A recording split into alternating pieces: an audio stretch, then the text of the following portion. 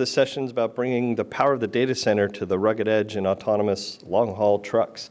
Level 4 and Level 5 autonomy needs really the power of the data center right now inside the vehicle, and storage of massive data sets as you're collecting them as you're going down the road, and also computing to do the AI autonomous vehicles workload is really what's needed in the vehicle today. So we have a panel of three people from the industry. Why don't you go ahead and introduce yourselves? First of all, David Raun. I'm the CEO of One Stop Systems, and we're very focused on this marketplace. Christian Helmholz, Director of Business Development, Trilogic Systems. We're in the channel ecosystem. And my name is Ben Stinnett. I lead the mechanical engineering group at Embark Trucks, where we're building these long-haul trucks. Well, good. We'll get right into it. Ben, first question for you. So how does Embark approach the autonomous trucking market? Yeah, thank you. So at Embark Trucks, what we're doing is retrofitting Class 8 heavy trucks from across the fleet of OEMs with our AV hardware and software. And we're leveraging carriers as they exist today to embed this technology in their fleets and help increase their efficiency and decrease their costs. So Embark has a number of industry firsts. We were founded back in 2016. We were the first long-haul truck to autonomously go coast to coast across the I-10. And we also were the first company to hit 100,000 miles on our fleet of trucks. That brings us closer now to today, where we've got a lot of exciting things in the works. We recently went public via SPAC to give us the capitalization to actually bring this technology to commercialization. And we launched our partner development program, where we're actually working with some of the major carriers in the industry today to put the technology in their hands right now. Part of the way that we approach this involves being asset light and leveraging the expertise of the people who are really knowing what they're doing in the industry. So whether that's across sensors, hardware inside the trucks, or with traditional trucking companies who know the industry better than anyone else. We've developed our technology to be modular and platform agnostic. So the Embark Universal Interface is our approach to delivering this hardware and software to the fleets as they exist. So if you go and look at traditional carriers like the FedExes and the UPSs of the world, they don't have a single type of truck in their fleet. They leverage all of the OEMs in their fleet to diversify and to lower their total cost of ownership and things like that. So it's important for us as we're developing the technology to fit into the ecosystem as it exists today. Additionally, we're taking a model that we call the transfer point approach. So outside of major cities, we're building these transfer hubs and partnering with firms to get this real estate so that we're only doing the long haul. We don't want to have to solve the problem of the distribution center or the city driving. We think that truckers and humans will always be the best way to approach that. So working alongside truckers and only focusing on the long haul middle mile. And we see a lot of benefits from this approach. The first, I think, is really the savings and the margin that you get. So these robots increase your range. They increase the speed with which you can get goods across the country. And the economics are actually super favorable for the carriers. We drive the speed limit. We don't have to idle as much. We don't have to idle overnight for a driver to maintain comfort inside the truck. So we see tens of cents per mile in terms of savings. Like I touched on, we double the range of a truck because a robot doesn't have the same hours of service limitations that a human driver does. Your truck today basically ends up looking like you have a team of drivers in there, which we think can continue to increase as the technology really gets deployed inside these carrier fleets. There's also a huge aspect of sustainability and fuel efficiency increases that we see again because the robot drives the speed limit. You don't have to idle as much. And we can see further ahead and predict traffic and start to slow more moderately. You're not slamming on the brakes, you're not accelerating. And that has really seen huge increases in fuel economy of these trucks. And then also with this transfer point approach, the last mile getting into the distribution center can easily be solved by EV-based trucks that don't have the range to do the long haul, or hybrid electric trucks, things like that. So that's what we're doing. That's great. So Christian, you've seen many applications from the value-added reseller side in this. What trends do you see in this market, and how does Trilogic contribute? Certainly, yeah. The number of trends is, numerous. You've seen it at various industry events and so forth. I could, name a much longer list than what we have up on the screen. But I'll start with the infrastructure that surrounds the vehicles as well, right? Obviously, today's session, the intent is to focus on what happens inside of the vehicle. But if you look at what degree of passive and active infrastructure we have, and really what we mean with that is an autonomous vehicle operates obviously on a road, if you will, in an environment, and it does a lot of sensor analytics, generally speaking, on passive infrastructure, which is stuff you have to interpret, just like a human driver does, right? I have to interpret the road sign, I have to interpret the lane markings and so forth. To what degree can we, as a society, as industry, as regulators, and as operators of, the DMV and DOT and the cities and municipalities, impact the adoption of these types of technologies and robots existing if we can upgrade infrastructure around us with devices like this that are small, robust, industry or industrial rated, rugged devices that can help process signals from around the environment already and then communicate to a truck or to a passenger vehicle or a city bus, so that the amount of data and processing that you need to do on board the vehicle becomes less, which will help sort of the convergence of EVs and AVs as well. So there's a huge infrastructure play. There's a lot of players that we work with that not only manufacture and plan products to go into the vehicle, but also that are very suitable to help us raise the bar in terms of supporting infrastructure around us. I will go one more, if you wouldn't mind, going back real quick. The one thing I do want to highlight is the dichotomy. That's kind of the third bullet there. We're all trying to mature technology stacks and process more and do more aboard the vehicle. And Ben can attest to this. You're trying to meet these timelines, get trucks on the road and in production next year or the year thereafter. But how do we do that in the face of a global supply chain crisis, right? Where commercial electronics, even if they are the rugged ones that I showed here, and then some of the products that One Stop makes, if you can't get components, you have a 52-week lead time on a switch. How do we do that? How do we actually go outfit the truck? And that's in part how we help in the partner ecosystem with strategic stocking, hardware planning, forecasting, and so forth to make sure that components get brought in to help meet the needs of the future. I think that probably wraps it up. Good. So Dave, as a manufacturer at OSS of AI transportable systems, how do you see the rollout of autonomous vehicles in general, and then how does OSS address autonomous trucks specifically? Yeah, so what might amaze you and amazes a lot of people, we hear so much about autonomous cars.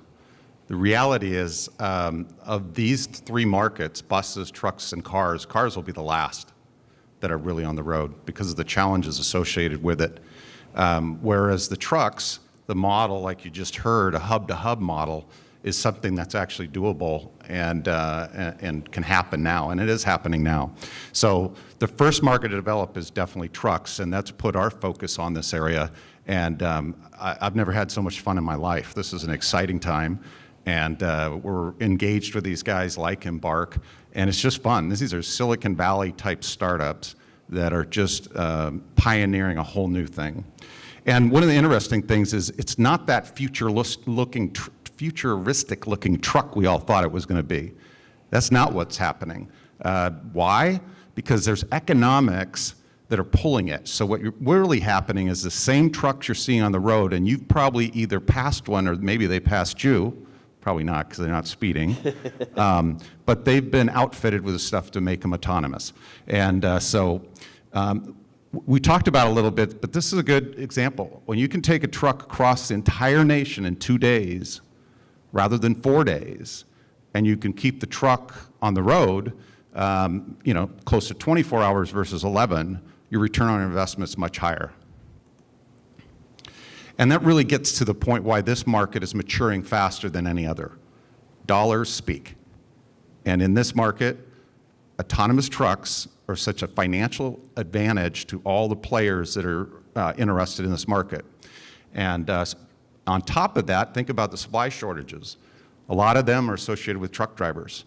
There's a 60,000 short of truck drivers in the industry, and that's only expected to grow. And our youth are not going into truck driving. So this shortage is only going to get bigger. And so what's this done, unlike an autonomous car where you really have to be level 5 and it has to be safe everywhere, these economics are saying, hey, I'll take it at level 2, 3, 4. Embark's focused on 4, for example, and 5.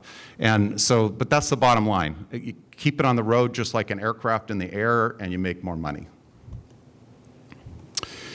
And so what are they doing? They're taking a truck, whether it's a new one coming off the production line, and there's different models, but one of the models Embark's looking at, for example, is that Peterbilt, for example, will have an option for autonomous trucks, and they'll put it on there, and then the software subscription will be with Embark. That's what will happen in the future. So what it is they've added sensors and cameras around the truck, and those are bringing in vast amounts of data. And then they go into basically what was the sleeping cabinet, where you'll find computer systems, which are compute and storage, which is where we play. And these are systems, though, you cannot take a Dell or HP server and put it in there. It will disintegrate in a very short time, as Ben knows very well. What we do is we ruggedize them and deal with all the other dynamics, like power, cooling, all those different things, and that's why we're focused on this market, and we're doing very well in this area. And so some of those dynamics, which I just touched on, is because it's AI and it's autonomous, the demands for performance are very high, and that's our specialty. We take from the data center the highest performing products and bring it down into vehicles, where other people take embedded products, much lower performance, and they're trying to bring it up into these vehicles. So that's what we do. And, but we have to deal with all these things, anywhere from vibration to safety to moisture to dust. It goes on and on and on. And some people say, well, yeah, but with 5G, you can do everything over 5G. No way. These things are generating so much data, 5G is a slug. So that's good for little amounts of data. So you have to process on that truck, and you create tons of data. And the most important part of this is what Embark does. They put all this stuff together, but it's this very sophisticated software that's been developed over time and is constantly learning and improving itself. So what's interesting about this space is in the trucking industry, you might think of Peterbilt, you think of Hunt's products, whatever. None of those names are doing this. Like I said, these are like Silicon Valley startups. It's these companies here, which you may not have heard of unless you're familiar with this market. But what's behind these guys, and some of these guys have 100 employees and a $5 billion market cap, are the following people. These are the people driving and have invested over $10 billion. Okay, so it's everybody. And Amazon, e-commerce is just going up. One of their biggest issues is truck drivers. They're all over this and they're investing. FedEx, all these different companies. So that's the real ecosystem that's fueling these guys who are the innovators. And this just shows the investments just keep going up in the space, and it will continue, is my understanding. So let's touch on the models a little bit, because there are different models out there. This is kind of the lowest level, but this is where you actually have one truck with a human in the front truck, and the second truck is without somebody in it. That second truck is tracking the first truck. And there's some companies focused on this. Embark's focused on the next level up, which we'll talk about next. And this is the hub to hub. So these are basically, the idea is stay on the highway. Like Ben said, everything else we'll do with a regular truck or whatever. And when you're talking about coast to coast, that's really where it matters. This map came off their website, and they eventually view having hubs in all these different locations. So the truck would cross the country, but if it needed additional fuel, which would have larger fuel tanks on it, it'd pull into one of these hubs. They would remove some data, fill up the tanks, and it would get going on its way to make it 2 days across the country. And then ultimately, which is considered more of the full level 5, and some companies are focused on this and others are not, is to be able to get the thing to go all the way to, you know, a hub that's sitting in the middle of a city, for example. That's a lot bigger challenge, and that's also what's going to keep autonomous cars off the road for quite some time, in my opinion. Thank you. Great. So kind of more panel-oriented here, just throwing it out there. What are the specific challenges of putting compute and storage, these computers that are coming out of a data center type environment, into the long-haul trucks? You know, Dave mentioned some of them, but Ben, you've probably seen them firsthand. Yeah, I mean, I think the first thing that comes to mind is when you think of a data center, you think of seismically isolated, perfectly climate controlled, very, you know, well maintained for these systems. And when you think about a Class 8 tractor, it's the exact opposite. I didn't have much knowledge of the trucking industry before I started in this role, but the one thing I did know was that truckers have low back problems, and that's for a reason, because the shock and vibe environment of these tractors on the road is absolutely insane. Like David mentioned, it will really just disintegrate these data center grade unruggedized systems in a heartbeat. PCIe edge connectors, they deteriorate rapidly. I think the other thing that we think about, the Sun Belt is where we're looking to deploy this autonomous technology because it makes a lot of sense. You don't deal with snow, you don't deal with icy roads, but what we do deal with is heat. And when this tractor is sitting, waiting for a load, sometimes on the order of 3-5 hours, you're building up heat inside this tractor where your startup temperatures can be in the triple digits, and that's a real challenge to overcome. Yeah, I would add to that the sophistication you need to put into cooling solutions to handle that amount of heat for the foreseeable future, while we're still in the, let's call it, low rate production, or even in the development stage, where more is always better, more data, more power inside of the systems to actually transport that heat to the outside of the vehicle and dissipate it into the environment, brings a lot of safety and safety certifiable challenges, if you will, because they have to still be road safe and so forth. But then you also have the mechanical and just the physics behind it that's incredibly challenging and quite costly. But you know, Dave showed some of the figures as to why this investment in this space is worth it in the long run, and that's not even that far out. One of the comments I'd make is I said I'm having fun. The reason I'm having fun is because we're working with a number of these companies, and they have found that a lot of these other computers are falling apart, and that's what we do. And so it's a combination of rugged, making it survive, and cooling it, getting the power. And the other big thing is we take the latest and greatest GPUs, CPUs, highest end memory, and bring it into this harsh environment, and no one else in the world does that. They'll bring second and third generation products in there, so we're having a lot of fun. On the power side, I think we've also seen with all the companies, I have to have 12 volts. The next guy, I have to have 24 volts. The next guy, I have to have 48 volts. So there's been a lot of that in the marketplace. Switching gears a little bit to, now you have a fleet of trucks, thousands of trucks out there, if you're one of the big companies that Dave put up. But how do you handle, say, remote management of those fleets when you have them all out on the road? Yeah, it's a great question. One product in our ecosystem we call the Embark Guardian, and this is a software telematics service that can give you some of these insights into the state of your fleet. But then the question becomes the data that we're talking about these trucks generating, and what do you end up needing to do with that? Does it all have to get offloaded from the tractor up into the cloud? Today, in the R&D environment that we're in, you want that data. Our software engineers want every single byte of data that our trucks produce so that they can replay things in simulation or continue to improve their algorithms. Long term, we probably don't need to offload every single byte from the trucks, but you're still going to want a considerable amount of that information. Yeah, I'd like to think about, I don't have the answer to this, but what emerging markets or business models will we see a few years down the road, right? So if you think of trucks from different fleets, different operators, maybe passenger vehicles, city buses, and so forth, right? So you have different operators with different fleets. What happens in a case of emergency or crisis when you have to shut down a certain part of a city, if you will? How do you do that? How do we make the even if we have V2X communication and we can have law enforcement, if you will, send signals to all of these vehicles, but will that be sufficient? At what point do we need to have maybe third-party services that could help take over the vehicle and safely pull the vehicles over or reroute them and so forth? So there's a whole emergence of an ecosystem and business models that we haven't really seen proliferate just yet.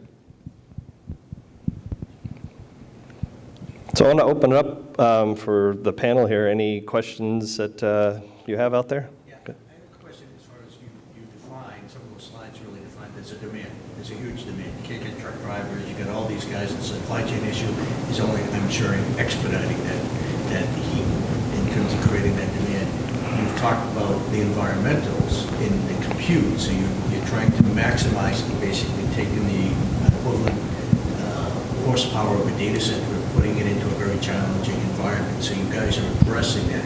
You are addressing those challenges. The one thing, you talked a little bit about, but the one thing that I'd like to hear about as far as you have this demand, you have this technology moving forward, and companies like yourself making it rugged, the safety, the regulation side of things. Is that going to be, what do you see as the potential risk there to kind of slow down, to take away from the return on all these investments and to slow down the process? What's the potential for that on the regulations? Yeah, so the question's about safety and regulations. Yeah, I think from my perspective, the Department of Transportation working with traditional truckers, it's a very involved process, right? Where there are weigh stations and there are inspections and there are bills of lading for the cargo that you're hauling. And today, the human and the DOT enforcement officers are very much involved in that process. One thing that we're doing is starting to have conversations about what this looks like when there's no driver in the truck. And I think it's going to be a long time, right? Like regulation always is. These are conversations that are just starting and we're working through it. We see a really great regulatory environment for tractors across the Sun Belt. Arizona, Texas, right? There are reasons that all of these companies are testing in these states, and that's because they're sort of welcoming us in with open arms, and they're excited to be having these conversations and to figure out these issues together. Yeah, just one thing, if it's not clear to people, the typical model like Embark has right now is the truck is driving autonomously, but there's a person sitting in the driver's seat with his hands off the steering wheel and off the pedals, and he is told to only interact if something doesn't feel right. Maybe a deer runs in front of the truck and the truck's not picking up on that. And then the computers that we have in the back learn from that. And their software teams are working on that. So that's what's happening today. But it's a very high percentage of the time the truck is driving by itself, as I understand it. Just to follow on to that, as far as in that environment where there is somebody in co-pilot, let's say, those economic numbers that you threw up there as far as doubling the capacity by going to an autonomous truck, if you're an Amazon, you look at those numbers and they jump out at you. Is that under that scenario with you develop those numbers with the co-pilot model, so to speak? No, I think the numbers we looked at are in no driver scenarios. So that's where it really starts to make sense. But you do see a lot of advantages even with a driver behind the wheel. They can be less active in that role, and they're in a supervisory position. But I think the issue we still see is the regulatory one. They're still bound by the hours of service limitations and those types of things, yeah, even in the supervisory role. Because I have heard, this is just anecdotal, but I read that one of the upsides was even with the pilot, the co-pilot, so to speak, I'll call it, that it was going to help with the regulatory side of things as far as the amount of hours that in the transfer time is going to be a much better ROI. I do think we'll get there, but I don't think anyone is sure of what that will look like just yet. The hours of service limitations have really been developed for safety of the drivers and of other people on the highways, right? You don't want these drivers to be putting in 20-hour days and starting to fall asleep behind the wheel. And I think the same thing is true even in the supervisory role. Complacency is not anything we can afford in this sort of safety scenario. So there are still some issues with that. Especially at the beginning, because once you get past the beginning, then you can be like Tesla and cars crash all over the place. And that's the last thing we want, yeah. Especially at the beginning. Any other questions from the audience? Go ahead. Of the day, you alluded to the sheer amount of data that these trucks have to process, and you mentioned using the latest and greatest in GPUs and CPUs. Could you go into a little more on the exact specific hardware choices you made in running these trucks, and maybe onto numbers that are particularly critical as to why you selected them? Yeah, so one of the big things when it comes to hardware choices is that compute performance, and primarily on the graphics cards, right? The GPUs are what every person who's writing neural networks wants to talk about. And so we're partners with NVIDIA, and OSS is as well. And so today we leverage the A100 platform. And what's really exciting about the OSS systems, the 3U SDS that we use, we can fit 4 A100s in there, fully ruggedized. We don't have to worry about them falling apart. I know OSS can probably speak to this better, but they're also leveraging the latest and greatest PCIe frameworks, and we're able to use the latest and greatest Intel CPUs as well. Yeah, I would just add to that on the storage side, what a lot of these guys started with SATA drives, like we used to use the spinning SATA drives. Most of them are moving to the solid state. We're encouraging them to use the PCI Express Gen 4 NVMe, which is what they're doing, and we build products that are ruggedized to support that in very high densities. And we already we've already proven Gen 5 in our building, so we have that running in our building right now. Yeah, and I would say, obviously, that has to be complemented with interconnect, inside the vehicle, as well as 100, 200, 400 gig transfer speeds, and aligning with the NVIDIA roadmap has been a smart choice, I would say, for most integrators, because they do tend to trend set in that arena, and being able to bring that into a truck really lets you be at the leading edge. I think that's a good segue, so I'm just going to continue since we started on this path. We have the short depth server that you heard Ben talking about that has up to 4 NVIDIA A100s in it, and 16, I think they're getting up to 15 terabyte drives in these removable drive packs, and that's pretty compelling for this trucking market in particular, because if you see something like this where you might have access to just pulling out the entire data set from a saddlebag or from a compartment on the side of the sleeper cab, you don't have to stop. The truck stops for 5 minutes. You pull the data pack, you put another one in. You've just put a half of, or 256 terabytes worth of data in and out of the truck. So Ben's engineers get all of their data that they're looking for when they're doing this.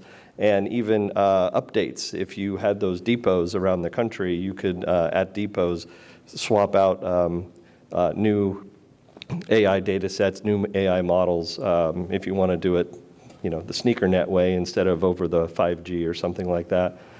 Centauri is one of the products that no matter what server you have in the truck, you can extend that storage out to the side of the truck. So that's a product that OSS makes, specifically started for the trucking industry, but we're using it in even other applications along the military side and everything. The same concept of taking any server that you have in a truck and adding that extra layer of data center type AI is the EB4400.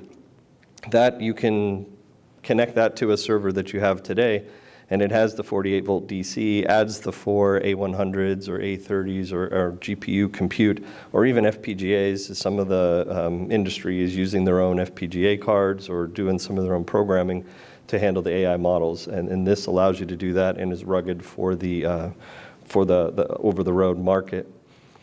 And then on a higher level, when we say the power of the data center, there's A100s in PCI Express form factor, but what's really put into hyperscale data centers today are things like the Rigel Edge supercomputer, which is NVIDIA's SXM GPUs.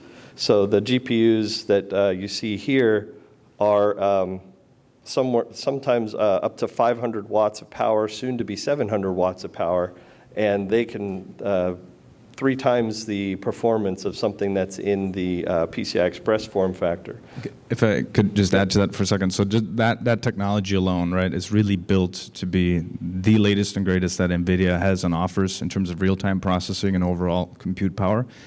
Just in order to enable that is a 54-volt system right now. So what does that mean if behemoths like NVIDIA and then obviously the software players in the industry are demanding these technologies? What will that do to the regulatory system and standard system for power inside of the vehicle as well? Because it's probably not conceivable to feed 500, next gen will be 700 times 4, right? You have to think about that as well. So you're talking about kilowatts of power that are fed in at 54 volts. That's a different. You have the thermal challenge for one, but the power challenge, power conditioning challenge, and all of that is immense. But I think obviously industry will drive that change necessarily, and we'll see more of these capabilities integrated. And obviously this is a perfect offering for that space. So any other questions we have? Go ahead. So it's my understanding that this industry, biggest phases for that's the big amount of truck handlers is maintenance. How do you envision the maintenance checklists and part inventories will have to differ from those in traditional truck drivers and garages without making it excessively complicated for the mechanics just maintaining these systems? Yeah, so it's a maintenance question just for the camera there. Yeah, it's a great question. Trucks and the traditional maintenance spectrum as it exists today, right? You're thinking tire changes, oil changes, air filters, the common stuff we have to take care of on our own vehicles. Adding this new layer of technology, right? Sensor calibration, sensor cleaning, swapping out the data drives, all of those types of things are new. And what we've done is we've formed a number of partnerships with service providers, the riders of the world who do the tire changes and the oil changes today. And we're working together to develop a training program and start to integrate this high-tech level of service into the traditional model.